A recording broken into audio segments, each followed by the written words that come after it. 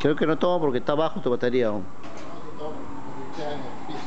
¿Y por qué no toma? Ya aplasté ya una vez y no toma. Está en espera, pues.